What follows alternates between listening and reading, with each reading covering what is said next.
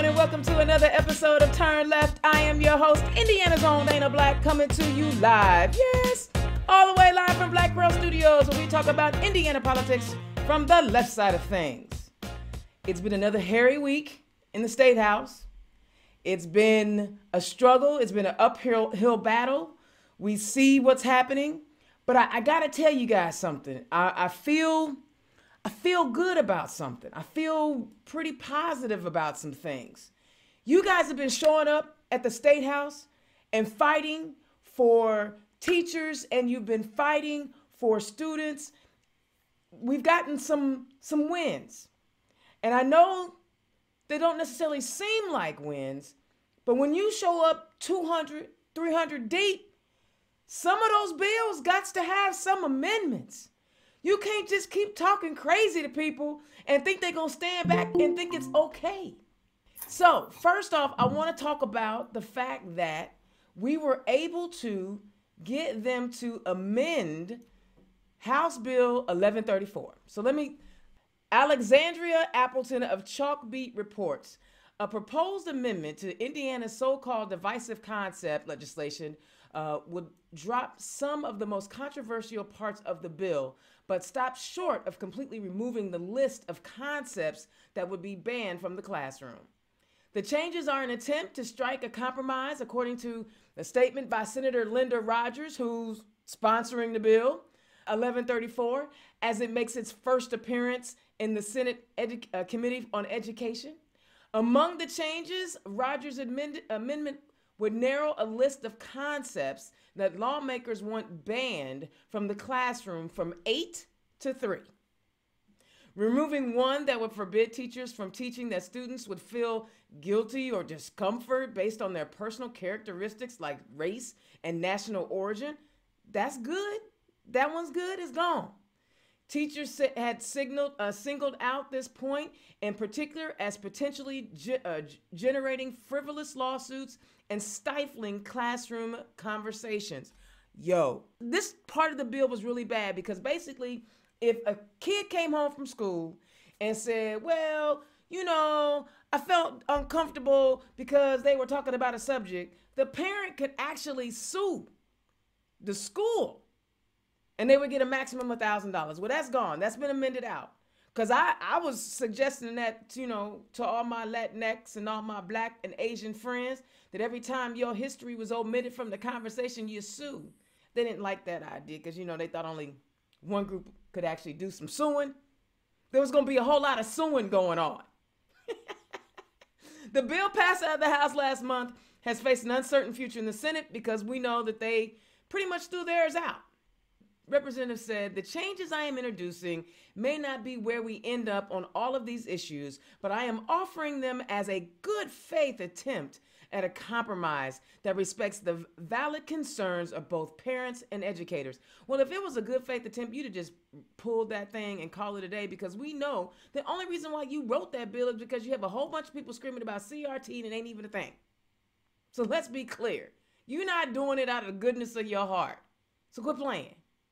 Okay? But this is what happens when you rally at the State House. This is when we come together and we fight. Even though they introduced this bill in the House and it came out, enough of us showed up because we matter too. What we say matters too. And the idea that they could just keep on passing legislation out of that State House and people who don't like it don't have a say in it. So she got an amendment in there. We'll see what happens. Notably, the amendment would strike political affiliation. The amendment would strike the ability for parents who believe schools have taught a banned concept to file a suit. We talked about that. The amendment would strike the original bill's mandate for outside curriculum review, because, I'm always comfortable with someone who struggled in secondary school making a decision about the curriculum in secondary school. That's just me. And instead of mandating curricular review committee comprised primarily of parents, the amendment would give districts the option for such committee, give the districts the option to compile the committee. But honestly, that's just one more layer of bureaucracy we don't need. We have a school board for a reason. We have superintendents for a reason. So I don't understand why we got to have this other board. It's just another layer of bureaucracy. It was really a way to let people just come in and disrupt the whole process. Now, they heard the bill yesterday. Like I said, there were over 200 people there, a lot of students, a lot of teachers. You can't keep ignoring people. You can't keep ignoring people. All right, so the next thing, there's another bill that got amended.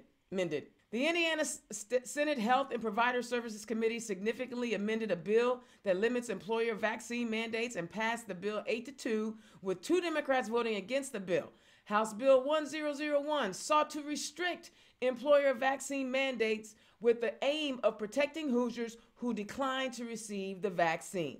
Now, I find this particular bill, troublesome because here in Indiana, we're supposed to be an at-will state.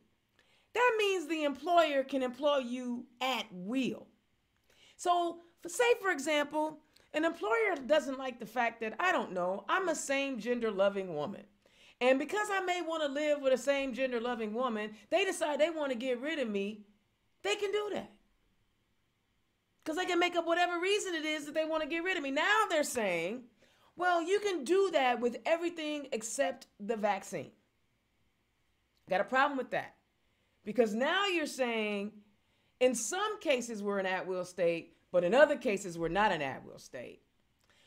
So based on this bill, the author says employers should have a right to dictate what they do with their business, but at the same time, employees have rights of their own. You know, when I read that by that Republican author, for some reason, it almost sounded like he was down with collective bargaining. No, is it me? Am I reading it? Let me read it again. Employers should have a right to dictate what they do with their business, but at the same time, employees have rights of their own.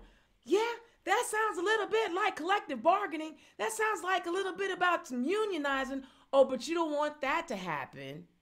See, you know, y'all, GOP, if it wasn't so stupid, I'd be crying right now because y'all are killing me. You can't make up your mind what you want and the way you want it.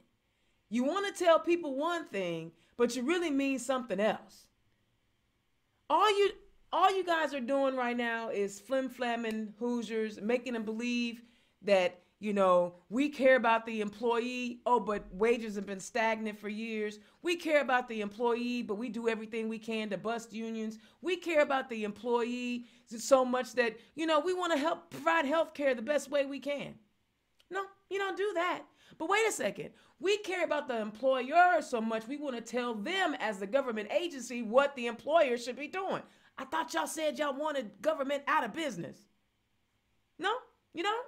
Okay, well, I'm just saying, guys, this is why we have to have people on the ballot. This is why we got to have people running in every district, doing everything they can to change that state house, to win as many county and township and local races as we possibly can. Because when we show up, we win. When we let apathy sit in and we don't do what we're supposed to do, we let them win. There's more of us than there are of them, and we have the opportunity to do, even with these jacked up redistricting lines. You feel me? Even with the jacked up redistricting lines. So that's my rant for today. It's not really a rant, but it's more like an update on what the heck's happening over in the State House, because I kind of think it's important. I think we got to keep up. There's so many more bills. I'm not going to tell y'all how sad I am that the anti-trans bill did make it out of the Senate this week as well. I know my man, J.D. Ford, has been doing everything he can to try to fight that. You know, I just have a hard time with codifying discrimination against a specific type of human in our legislature. I'm sure there was another way to go about this, but they would rather an already, a marginalized group of individuals who face discrimination on a regular basis. They're really willing to write into law to say that it is absolutely okay to treat those humans bad. I just have a hard time with that. All right, that's my rant. There's a whole lot out here to talk about, but in the meantime, I want to introduce my guest tonight. I told y'all, I got 2 guests for the rest of the primary season. I'm excited. And the cool part is, some people are running for House, Some people running for county offices. We got men, we got women, we got black people. Listen, we are the big tent for a reason.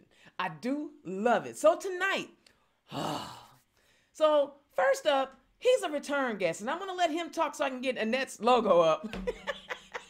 I'm gonna let him talk first so I can go ahead. Y'all give it up for my man who's running in State House 82, Kyle Miller. Kyle, welcome back to the show. Thank you. Thanks for having me again. I love it. So how you been? Good.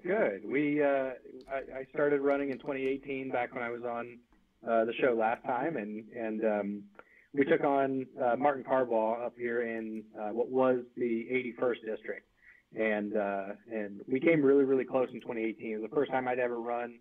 We took on at that point a 3-term incumbent, and we took a district that was typically 60-40. We moved it a few points.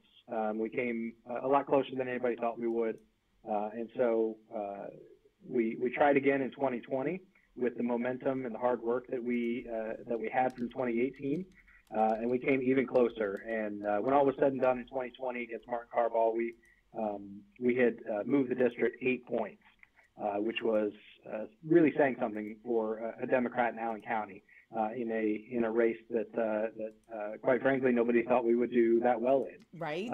And so after 2020, we knew they probably weren't going to be kind to us up here in Allen County as far as redistricting goes. And so we were very pleasantly surprised. They of course added a bunch of red to Martin Carbaugh's district, so they weren't going to allow me a third run, and made sure he was in a safe seat after struggling a couple of years. But they drew us into this new district, District 82, and as part of the hearings, the redistricting hearings that they were holding, they were hearing from a lot of people that they wanted Allen County more compact. Mm-hmm. And so they created this new district, District 82, and it's an urban district. It's kind of the center part of Allen County, and the district as a whole leans blue. And so we thought this is our chance. We didn't see this coming. They kind of gave us a district here, and so we thought with the hard work that our campaign has always been known for, and the new dynamics of the district. About half of the new district is made up of parts of the previous 81st, which we've already run in, made connections in, and built those relationships. And so we think we have a really strong case for why we're the ones to beat in the primary, and why we think eventually we are the ones to win the general in November. So it's been a long journey to get here. It's been a lot of hard work, but I've enjoyed it. And like I said, we're just putting in the work and hope it goes our way this time. Yes, I hope it does. And congratulations for not giving up and coming back. I mean, the resiliency, that's the most important thing, right? We tell people all the time, if you run once and you don't win, run again. And you know what? There is no other person in Marion County that shows perseverance like my next guest. Y'all, I'm going to tell you something. I met Annette Johnson before I was in politics. Literally, we went to go hear her speak at an event because my best friend was one of the sponsors. And I was, y'all know the story. 14 happened in Riffer, and I'm mad, and I'm thinking about running. And, Chris goes, well, introduce yourself. I'm like, I will, man. I will. I'm cool. She goes up and says, excuse me, my friend wants to run for office. And she says, you do? Well, come knock doors with me. I was there Saturday knocking doors. That's how long Annette Johnson's been around. Annette, this is your first go around on Turn Left. Welcome to the show. Well, thank you so much, Dana, and thank you for having me, and thank you for sharing that story. That's, one of the many awesome stories that individuals can share when they're out here on this campaign trail and meeting new voters and individuals that are very enthusiastic about running. So that's such a great story to share. And, it just brought, made me smile. I still remember the location. I remember you coming. Yep. And what I will say is, Dana is telling the truth. Just imagine you meet someone at an event and you say, okay, well, come walk with me on Saturday. how many times does that really happen when It people actually say, "Okay, I'll do it," or they show up? And exactly. she showed up. I Oh even brought a yes, friend with me. yes, that was so much fun that day. Yeah, well, but you know what? And that was the thing. Like, you didn't ask me what my credentials were. You didn't ask me where my family was from, who your mama is, or none of that. You said, come knock doors. And, Yeah. that's what, we're going to get to that, but I'll move past. I've done a few conversations with county people around the state, and they get a little frustrated sometimes because when they reach out to people who are in this political game, they don't feel as welcome and as warm. I mean, thank you for being like, yo, come on, because I have not stopped since. And No, I've you on, haven't. you know what I'm saying? So just think, every time somebody calls your office, county people, or rings you up on the phone, don't turn them away. You might have another Indiana's own. Oh wait, y'all might not want that either. Anyway, Annette, tell the people who you are and where you come from. Well, again, everyone, my name is Annette Johnson. I live in Pike Township in Marion County. I am the trustee of Pike Township, and I have been in this office. I'm on my first 4-year term, so I'm in my fourth year. I can't believe we are at 4 years. It's went so fast, and I've just been on a roller coaster of working hard and being out in the community of Pike Township. Yeah, yeah, you have. And so you're running for re-election. Yes, yes. I'm running for reelection in this upcoming May primary. Yes. So tell us your journey. Give us your, I mean, because I kind of gave him a little hint. Give us your journey because it's not always easy. Like I just was saying, Kyle, thank you for coming back and running again. Give us a little bit about your journey. Well, I moved in Pike Township in about, let me see, around 1998, 1999. I was pretty much a young little buck then and just really wanted to get involved in politics and pretty much did what you did and, went to different resources and started doing voter registration drives in my community and knocking on doors and getting to meet my neighbors. And then I ran for a township board that was seat that came open. I said, why not? This is what I love to do. And from there, won that seat and served on the township board for the trustee's office, which now I am the trustee. So it's been a journey Nice. where I've learned. I served on that board for 14 years, which is a long time. That was 3 elections because you serve for 4 years is each term. I ran for city county council, was not successful, Mm-hmm. but I mean, it was an awesome race. I also ran for state representative in 2005, and that was another race that I did not win. And then we fast forward, like you say, we stay at something for 12, 14 years. And a lot of times I get this question a lot. You stayed at it for 14, 15, 16 years. Why? Because look where I am now. Yeah, you So hard work pays off. absolutely. And Kyle, that's what one of the things that's so important, right? You talked about Mm-hmm. how those district lines up in Fort Wayne are all jacked up. But if you guys don't continue to stay out here fighting, there'll never be a change.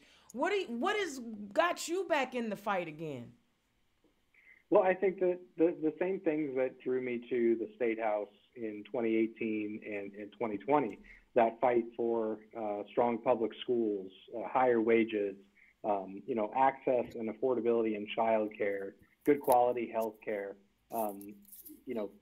These issues that we're currently running on in the campaign now are still were issues that we ran on in 2018 and 2020.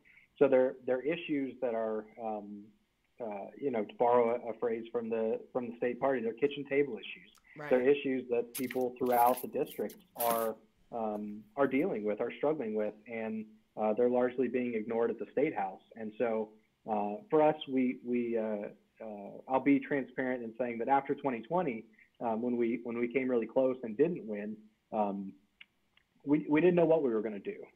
There wasn't really anything open.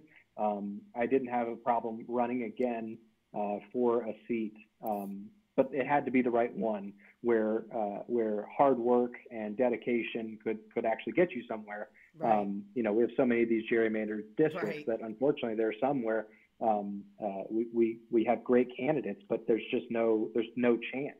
And I wanted my hard work to mean something, to count for something. And so, like I said, we were pleasantly surprised when they popped this new district at us, and it gave us a reprieve, another opportunity to push for, like I said, these basic issues that are happening down at the State House, that we're just not making enough movement on. I love it. I love it. And see, y'all, I wanted to have both of their stories because sometimes you don't win.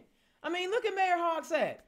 He lost a couple of times, and now he's the mayor of the largest city in our state and won by 75% of the vote. So don't give up the fight. You know, hopefully that's my theme for tonight. Go show up at the State House. Don't give up the fight. But unfortunately, Annette, some of the legislation that they're passing out of our State House negatively impacts communities from a financial burden point of view. Talk about what you do as a trustee of a township, what your role is, and how you serve the community in this role. Well, Dana, such a great question. You know, as a trustee, we provide poor relief in an emergency situation. So I provide emergency assistance, any type of commodities that can help individuals, food referral, resources for individuals that are looking for temporary housing. And so, you know, that kind of qualifies under the emergency shelter issues. We provide, again, poor relief. We pay your utility bills, we pay your mortgages, we pay your rentals, anything that we can do for you in an emergency situation. And what I like about the trustee's office, you know, we have 72 hours, which is a 3-day turnaround to make sure that we provide what we need to provide for you. It's not something that, you know, takes a week or 2 weeks or a month, but within 3 days, you know, whatever type of emergency that you're, you know, dealing with, we're able to deal with it and within the 3 days. I do know that at one point you guys had like a food bank set up, and I know this was before COVID, so I didn't know if that was something that you guys were still doing. Yes. Well, that was something, as the you know, newly elected trustee, that was one of my visions, was to actually have a food pantry on site at the trustee's office. So this is something that had never been done before. You know, as far as in Marion County, I'm the only trustee that actually has a food pantry on site of the, you know, of the trustee's office. A lot of times we were able to do partnerships with the local grocery stores and, you know, Aldi's and Kroger's and things like that. And I do have, you know, wonderful partnerships because along with my food pantry, I'm able to have gift cards from Kroger's that we also give as well. But I actually have a food pantry, and that's for my clients that come in on a daily basis. We don't want them to be worrying about food. We want them to, whatever small amount of money they have, to keep that money. They may need it for gas. They may need it to get back and forth to work. And so with us providing assistance with utilities and their mortgage or rentals, I also want to make sure that I provide them with food, which will hopefully, you know, last within at least 2 weeks, because we try to give them enough food for at least 2 weeks for the families. Wow. It sounds like you have it sounds like you have a lot of empathy and care and concern for the community. Where does that come from? Well, I just think it's something that's instilled in us as youngsters. So my grandmother was very involved in politics, not where I am, but I always say, you know, each generation goes a little bit higher. But my grandmother was very involved with voter registration in Louisville, Kentucky. And I used to be with her on the weekends learning. I was 8 years old and didn't really know, but I worked at the community neighborhood centers with her, you know, bagging up. I can still remember bagging up little baggies, putting sandwiches in them and passing them out to the homeless in the community. And then my mom took it to another level where she actually, you know, was a precinct committee person and was very instrumental in her church with voter education and registration. And then I'm here where I am now because, you know, from the backs of what they have done. That's what's up. Kyle, what instilled your desire for civic engagement? Well, I've always sort of been interested in politics and the ability to sort of shape your communities and have a say in what happens. And I think that desire only grew stronger after having kids. My daughter Maggie is 8 and my son Tucker is 6. And, you know, I've lived in Fort Wayne my whole life. This is where I was born and raised. I went to school here. I didn't go away to college. And so, this is where my wife and I have decided to raise our kids. And we obviously hope that they stick close to home when they're on their own. If they want to go off to college, great. But we hope that they come back after college and appreciate the community that we've built. And for me, running for office, and especially at the State House, is really my way of giving back to that piece of the community, having that say and sort of crafting the community and the world that I'm giving over to Maggie and Tucker. And like I said, hopefully, if we do it right, if we make the good, smart decisions, we're building a community not just for my kids, but for all kids to come back and to live, to thrive, to play and to work. And so that's what drives me is making sure that we're building that type of community. I love it. So now I'm gonna dive into policy because Kyle, you brought up a whole bunch of stuff right there that has got me a lot wanting to ask some questions. You said you want your kids to maybe go away and then come back home. We see the legislation that's coming out of our state house. One, we're missing out on business opportunities in the state because we don't have the same level of the same number and availability of college graduates who are ready for some of our high-tech gigs. In fact, we just lost Intel, went over to Ohio. I'm sure everyone has heard about that. We lost out on to Ohio because we don't have the same level of college prepared young people for the jobs that Intel was offering.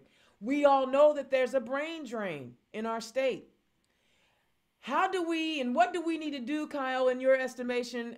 Like when you see these bills like 1134 and the Senate bill that was the sister bill, how does that make you feel when you see those things happening and these folks are just like, making it hard for you to keep your family close? Yeah, I mean, it's really unfortunate. You mentioned Intel. Intel decided to settle into Ohio because they made the specific investments in higher education. They were on the forefront of that. And so often in Indiana, we're trying to catch up. We're trying, we see that Intel invests in Ohio because they've invested in themselves. And we go, oh, well, maybe we should do that. But we do a lot of things. I, of course, speak in the collective we. Yeah. But we do so many things in Indiana that are either catching up with the rest of the rest of the nation or the states around us are doing. In regards to marijuana laws. Yeah. You've got the states around us that are all figuring it out. They may not be fully recreational, but they're figuring it out. They're doing it their own way. Mississippi just Mississippi. Yeah, I know. And still here we are saying, well, it's still illegal at the federal level, so we can't touch it. And so often we're seen as a state that's falling behind on so many issues, education, wages, healthcare.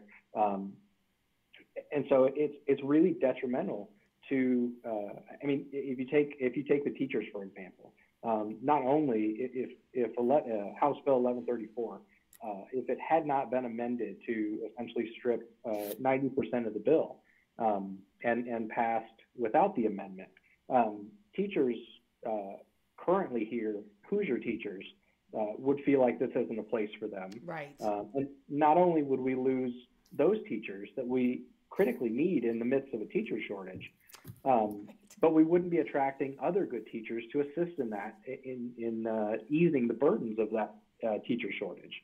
And so I think that Indiana having a $5 billion surplus in the state budget, and the fact that next year is a budget year, really affords us the opportunity to talk about some of these things and to make some movement, to make some investments that are really going to make Indiana look like the forerunner, not just look like, be the forerunner on a lot of issues that, quite frankly, we're falling way behind the rest of the nation on.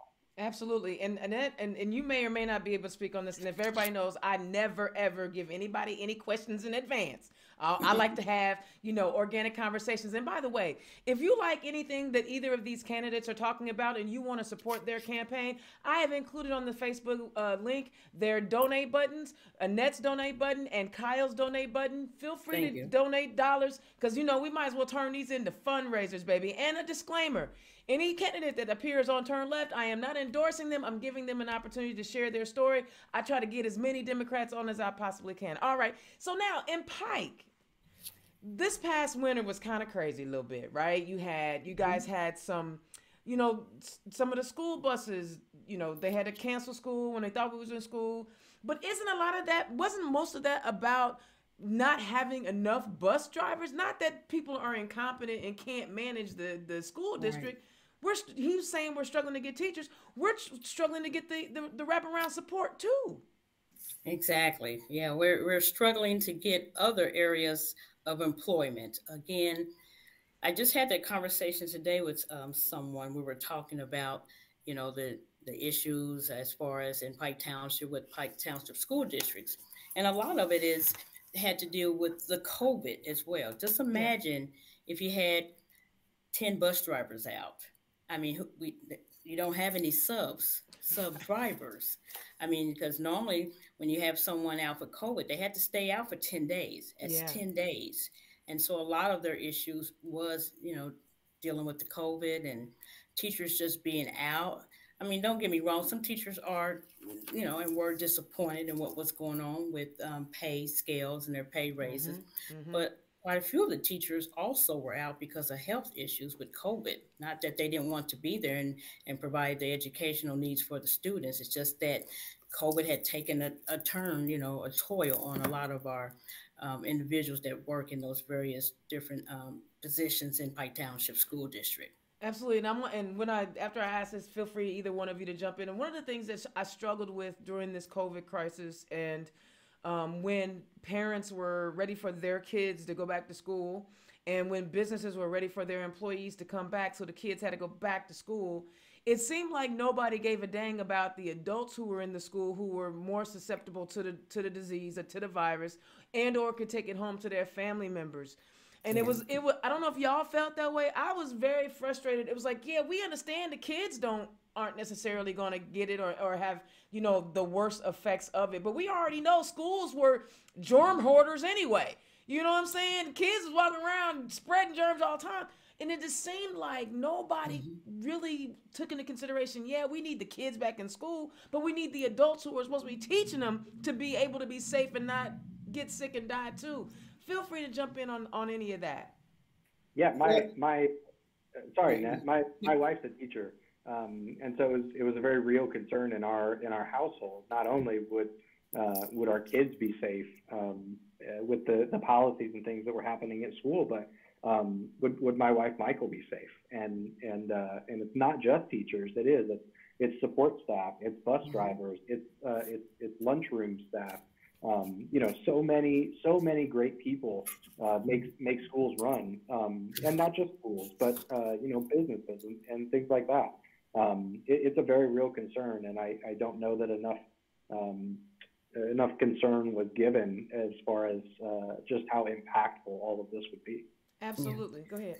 And, Kyle really hit on some good points as well.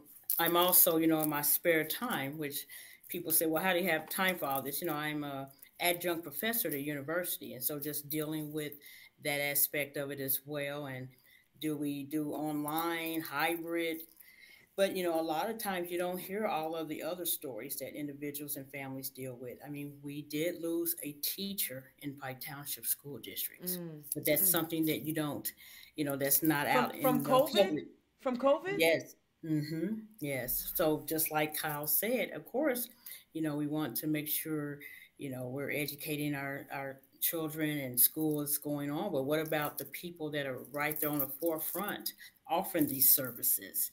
And so again, you don't hear all the stories. You just get Mm, pieces of it. And it was yeah. very, very shocking and very sad situation. And even with the students to have to deal with, their teacher not Yeah. coming back. Yes. Oh So my good God. question, Dana. Yes. I didn't know. I hadn't heard that, and I'm really sad for the Pike Township family because, Mm-hmm. I rant and rave about a thing, And then you go, shoot, it was a thing. And It was you know, exactly. and that's what you don't hear. Now, there are a lot of other issues, and as much as I'm struggling with the teacher aspect and the public education, because honestly, we know that these folks don't want us to have public education. That's why they're doing the things they're doing. And you said something just a moment ago. You said you were an adjunct professor. Well, you know, Yeah. there's a bill running through the state house right now that would basically say, you know, we're gonna let anybody teach. We're gonna turn, you know, primary and secondary educators into anyone off the street with a degree or experience in a specific area. Whether or not they know how to teach or not is irrelevant, right? Because you're talking about different types of kids. Basically, they're trying to say that being a teacher is not a profession. Annette, I know that you're an adjunct professor, but that's got to be a very different dynamic when you're dealing with adults Oh.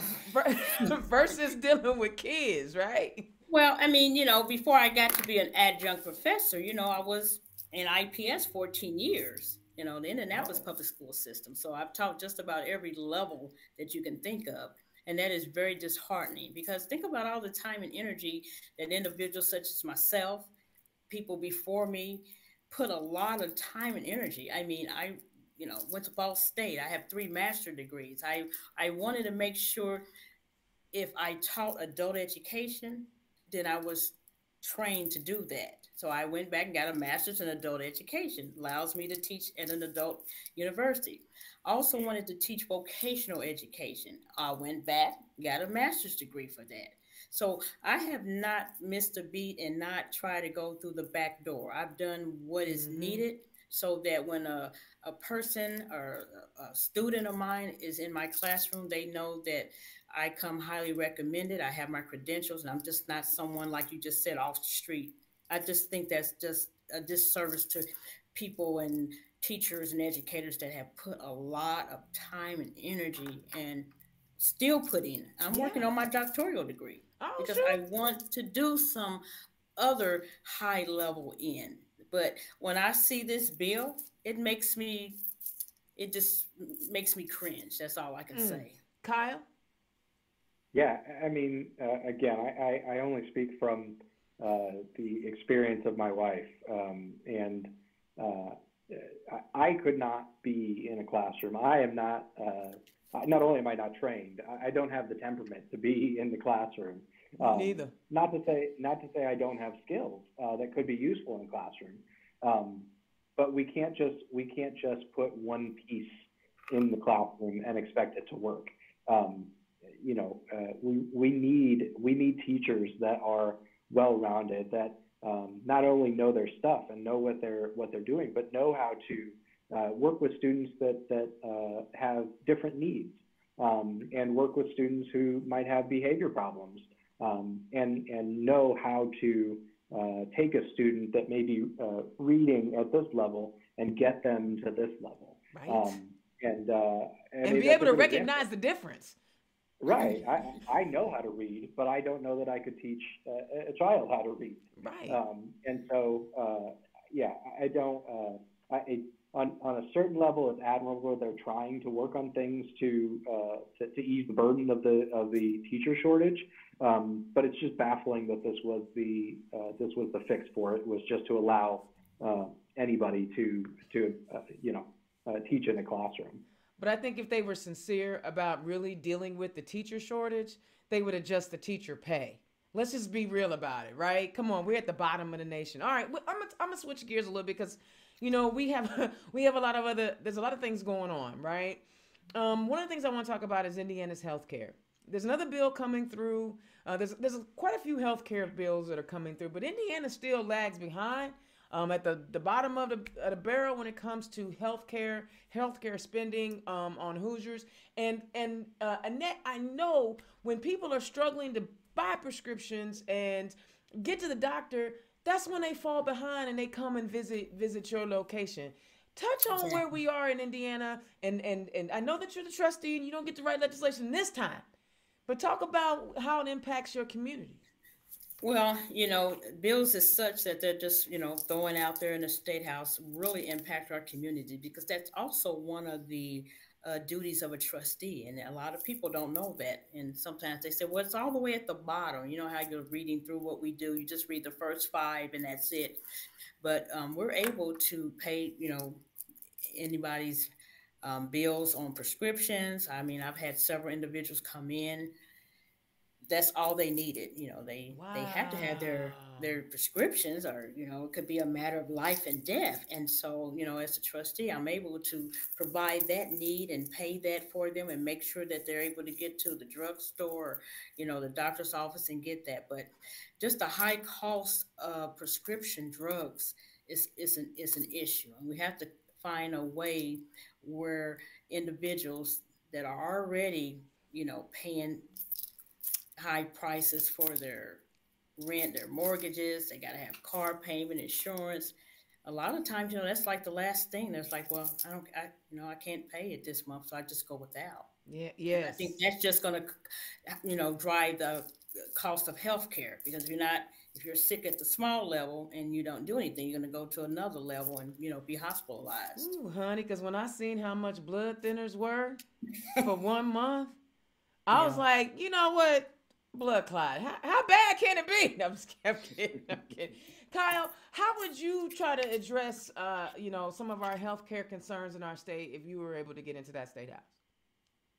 Yeah, I mean, I think that healthcare is a giant beast, and it starts at the federal level. And we need to open up access to healthcare as much as humanly possible.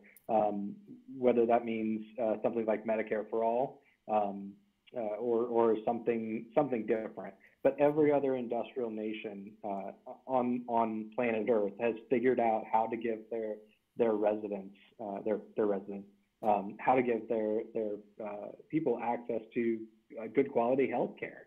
And so specifically in Indiana, I mentioned this earlier. I think we have a real opportunity with the surplus that we have. I've been watching so much of session this go round, and it seems like the go-to excuse for pushing off issues is, well, we don't want to open the budget. We don't want to open the budget. If we open the budget for one thing, we're going to have to hear different bills on other things that may amend the budget in a non-budget year. And so, quite frankly, next year is going to be a really exciting year, because it'll be the budget year that we're able to talk about a lot of these things that include healthcare, that include ways to drive down premiums and copays. But like Annette was saying, prescription drugs is quite honestly a very I don't know if to say low level way. It's a very basic way that we can give people some relief as far as healthcare goes. I often say when I'm talking to people, no drug that can save your life should bankrupt you at the same time. Come on now. And so, I've been paying very close attention to Mark Cuban and what he's been doing with his new drug company and his new online pharmacy, because he's essentially taking corporate greed out of the mix, and he's able to purchase straight from the manufacturer, and they buy it at cost from the manufacturer, and then they mark it up 15%, no more than 15%, and they sell those drugs at 15% above cost. Wow. That's what we need, and that's it, quite honestly, it's showing that this has been possible all along, to make moves on not only prescription drugs but healthcare in general. Even credit to Speaker Houston and Leader Bray in the House and Senate, taking these healthcare companies, the hospitals, and things like that, and the insurers to task for why are Hoosier healthcare costs continuing to rise and rise and rise, and bringing them to the table and saying, what can we do to lower healthcare costs? I think that, like I said, like Annette alluded to, prescriptions are a very basic way we can work on healthcare, but they're not the only way. And I look forward to getting elected and spending the next budget year, next session, really figuring out ways that we can spend some of our surplus on bringing down the cost of healthcare. That surplus is driving me nuts. Don't get me wrong. I feel rainy day funds, I'm good with, I understand, but I already got a hole in my roof and it's going to rain soon enough. There's so many holes that we need to plug in our state. And it's driving me nuts with them. Oh, we got a AAA rating. What good is that if the quality of life is in the tank?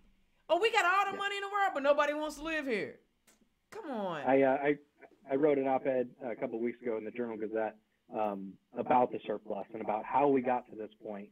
And one of my points was that essentially what we're doing is our 91 Toyota needs a lot of work, but we've chosen to just put that money into the bank and hope that our 91 Toyota doesn't break down on the way to work.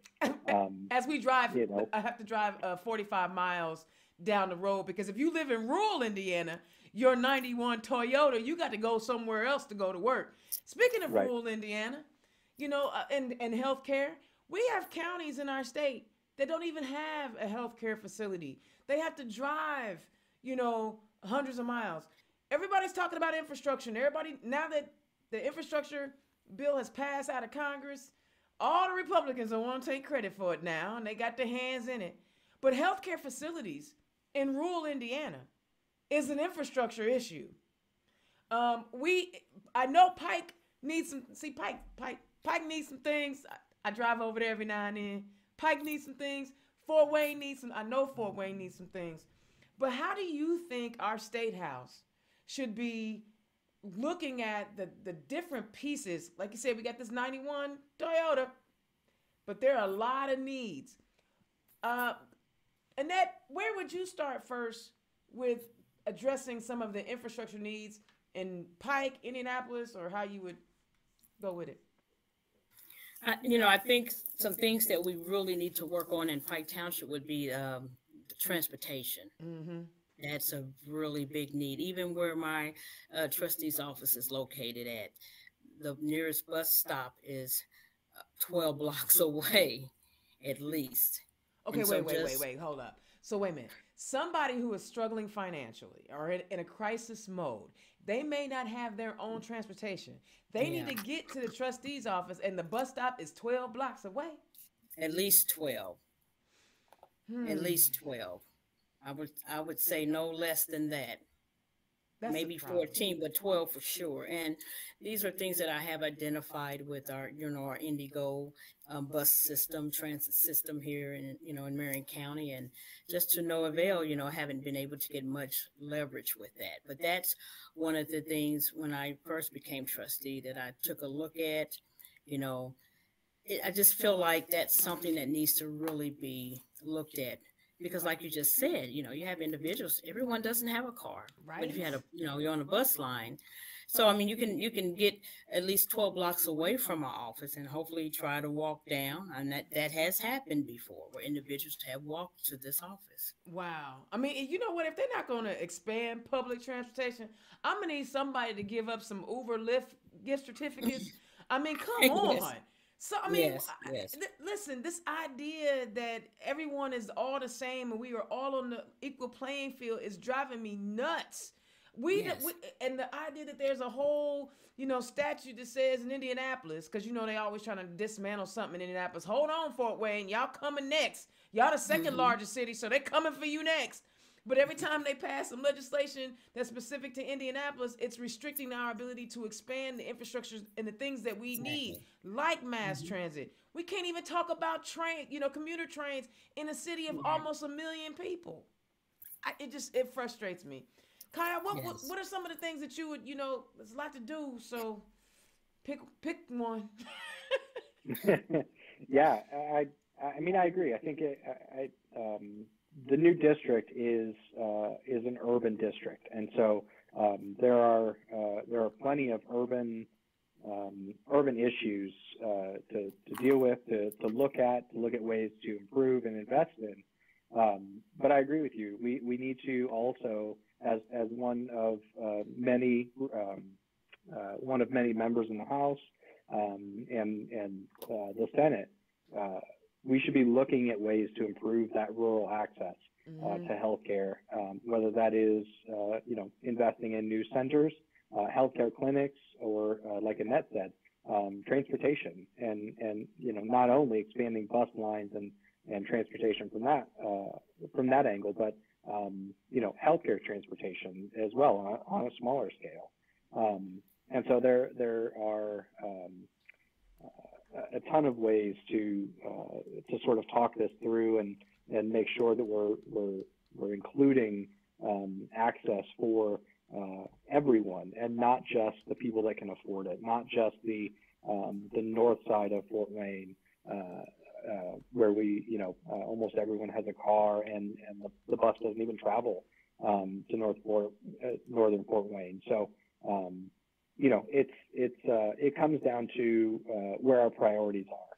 Yeah. And like I keep saying, next year down at the State House is going to be sort of a reckoning, I feel, in our priorities. I often say that a budget is a moral document and shows where our priorities lie.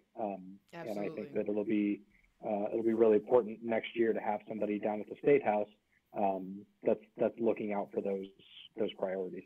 And you're right, because transportation was a big topic when I was in Bartholomew County over the weekend. I had a chance to go to the NDEMS that they're doing another tour, which I think is fantastic. They're always finding ways to engage the community.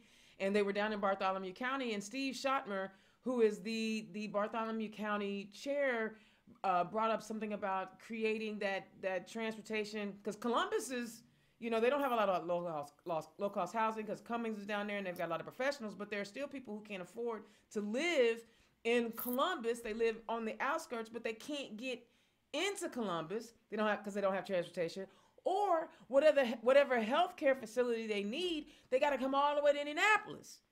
And there's not even a way for them to get from where they are in rural Bartholomew County to the shuttle pickup place to take them. I mean, it's just, so we got to do better about just being better neighbors to each other, I think that, and you guys both said transportation, and we got a lot of work to do. Y'all, when you're having a good conversation, the hour goes by real quick, and I made it a point to keep my rant low today. So I want to talk about how people can find you if they want to help you on your campaign. I know both of you have primary opponents. But talk about how they can help you during this primary season, if you're going to be doing any door knocking, any events that you're going to be having, and share where people can find you so they can help you. All right. Well, again, my campaign is reelect our township trustee, Annette Johnson. And my number where they can contact me is 317-418-7801. She giving out phone numbers. Yes, because I am a very transparent person. And so I believe in being very transparent and letting people get to me. But again, if you could email me as well, my email is J as in Johnson and maybe we can put it in the chat. Yep. Annette92, which is ANNETTE 92 @yahoo.com. Again, Annette Johnson for Pike Township Trustee, Marion County. Love it. Kyle, where can they find you? Yeah, so our website is www.kylefor82.com. That'll have all of our contact info, Facebook, everything like that. Links to donate as well. My email is millerfor82@gmail.com. But we'll definitely be out and about. I started calling just after the first of the year, making calls into our district, the new district, to not only introduce ourselves to the new folks in the district that we haven't talked to before, but the people that we have already talked to as part of the old district as well. And so we're almost the full way through our first universe. And then probably around the 1st of March, we'll start knocking on doors. Mm-hmm. So we'll definitely need all the help we can get. Yes. I love it. Yes. Go ahead. I was going to also say, I do have my ActBlue account up. Individuals can go to Annette Johnson. It'll pop right up, Pike Township Trustee. And so I do have my ActBlue account up. I am, we need money to run these types of campaigns. Yeah. I will, if you follow me on social media, I have a social media page for reelect our township trustee. I have a Pike Township trustees page. So I have quite a few social media pages out there as well. I have upcoming fundraiser that's coming up on March the 11th of this year. And so just as Cal said, we will start knocking around March the 1st. That's our goal. And, we'll start getting things going. Just really want to be successful and, just making sure we can identify new voters, voter registration drives. It's just so much that we have going on with the campaign for Annette Johnson. I love it. And I'm excited for both of you. And let me tell you why. One is you guys have demonstrated you just can't give up. Just because things don't go your way initially, you might mess around and surprise some folks if you just stay in the game. Just stay in the game. And I'm really happy that both of you have had your successes. Kyle, you're still out here pounding the pavement. I'm really proud to know both of you, and I wish you the best of luck. So, y'all, if y'all like what these candidates are talking about, get with them. Get with them. Help them out. Yes. Because there's enough for all of us to eat in this primary, and as long as we do it with love and respect, it doesn't matter. Competition is good. My Congressman Andre Carson always says competition is good, and he has to run every 2 years. Ain't no sweat off his brow. He's coming for the people. So if you want to run, don't mind a little competition. I appreciate that. All right, Indiana's own Dana Black. What I have not mentioned, and I have been derelict in my duties, this coming Saturday, Indiana Stonewall Democrats, we are hosting our fundraiser. Listen, when our trans kids are being attacked, you can't chop off the T in the LGBT family. We the alphabet soup family, we bringing all of them.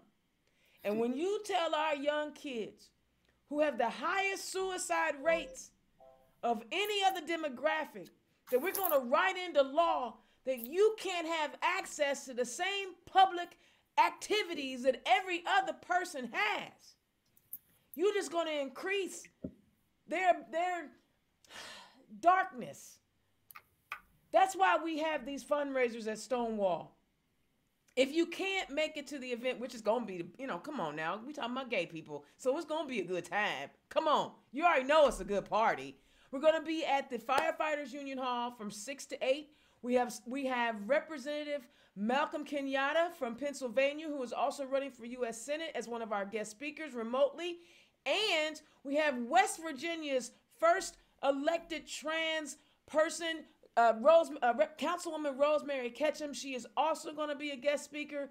We have people, because we got connections, honey. We just ain't, but we want to show y'all what winners look like. And you can't give up. As LGBTQ folk, you just cannot give up. This little bill is a setback, but we're going to wrap our arms around our trans youth. The kids, they kids. They writing bills against kids. God, that just burns my soul. They writing bills against kids. So make sure you come and hang out with us on Saturday. Whatever you have, we'll let you in. Come on now. This is how we do that democratic love. And my board would really appreciate it. All right, now, Black Pearl Studios is about to make a pitch. Are you listening? Any candidates out there? I need you to listen. Are you needing an online presence? You need to holler at Indiana's Own. I can shoot a video. I can get you the online presence that you need to share your message with your constituents. And it is not going to be an exorbitant. I'm not trying to charge people $6,000, $8,000 to do a 30-second shoot.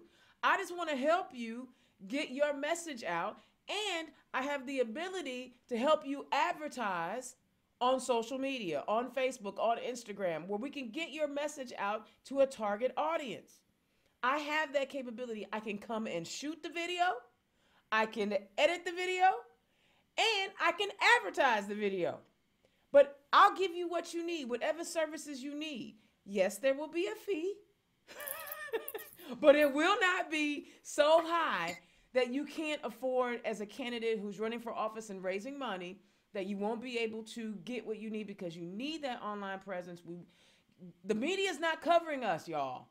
We have to create our own media mecca and thunderstorm and shake, rattle, and roll so people know that we're out here as Democrats. You feel me? And if I can't do what you need, I got people.